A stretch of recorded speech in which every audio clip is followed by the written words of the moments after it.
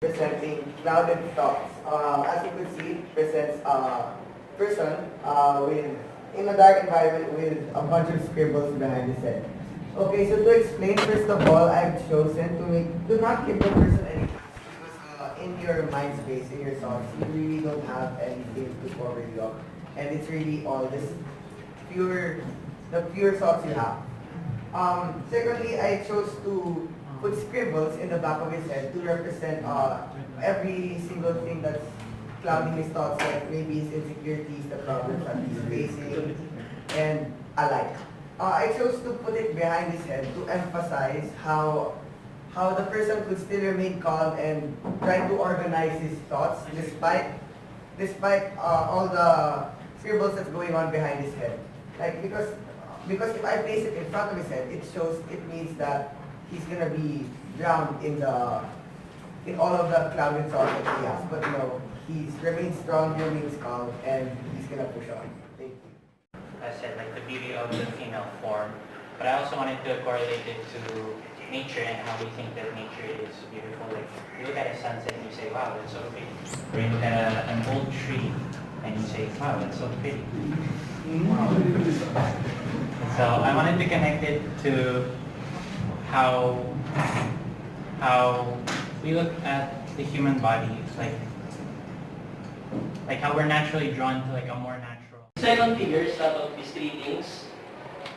So these three figures can tell us that as time passes by, human beings can forgive or forget. So these eyelids represents those of the two words, so forgive and forget. The eyelids that are... I imagine flourishing as a flower. That flourishing is the embodiment of flower. It is to flourish or to bloom, to exceed your capabilities, to transcend your limitation and capacities as a human being.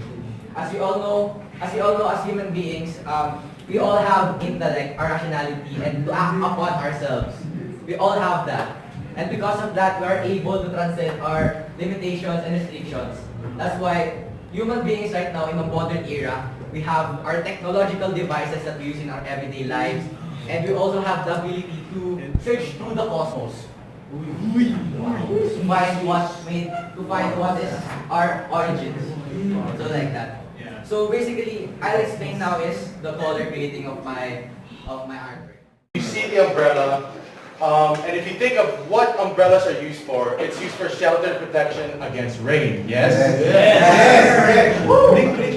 Now, if you see that in our lives, when we have problems, we always seek shelter, right? We always seek protection after we have those problems. But one thing you'll notice about the artwork is, why is the rain inside the umbrella and not outside? What I tried to capture was that when we seek for shelter during our problems, we do not realize that we do not realize that the shelter is what is limiting us to grow. If you see here, no rain, no problems. Here, all problems. When we seek shelter, we bury ourselves in our own problems. We can't escape them. But by breaking the umbrella, we must grow to the part where there is no rain. Yeah! From the center, there are actually multiple colors that I selected very carefully. And they kind of, it would be hard to notice from afar, but they kind of try to break out of the pupil, and they try to escape the eye. But then, if you notice, they're getting shot down, so they don't get to leave, they don't get to escape.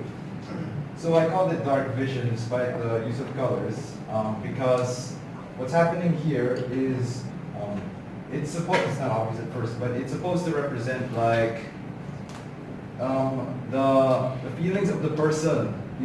They're being suppressed. So they're being suppressed so that none of the colors can escape. That we can't control. We can't really control it, you know. And that sometimes it's just burst out, and at the same time you regret what you did. Yeah. Now, on the other half, there's still someone calm, blue, that can basically parang ipapantay yung nararamdaman mo.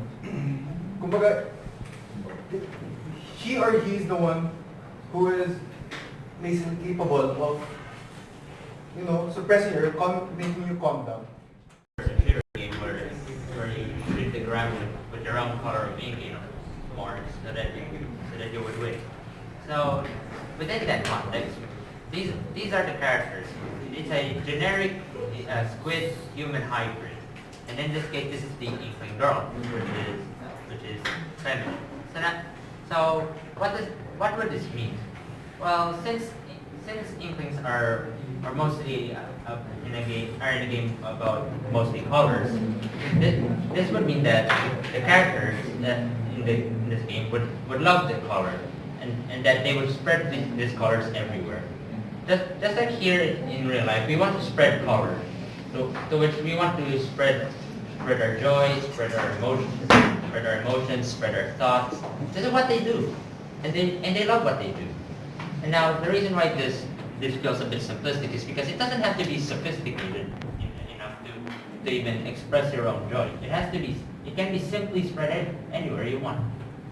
And putting an emphasis on the three colors I chose are yellow, green, and red, to which it actually has a symbolistic resemblance to Christmas, one of the most wonderful time of the year, which also represents joy because it's Christ's birth.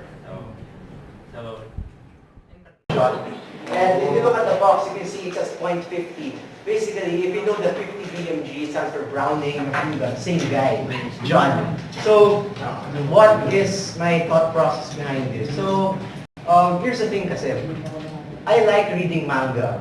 So there's no color in it because it's a thing I like. I'm a big fan of manga art, like the really good ones. Like, the art of Berserk. It's really good. So it's also one of the inspirations for this is people pointed it out, and you're correct. It looks like the gun devil from Chainsaw Man. It's one of the biggest inspirations. But then, is there a meaning behind this? Well, to that I say, kind of. As you can see, there's something going out of his head, which is there's something going on.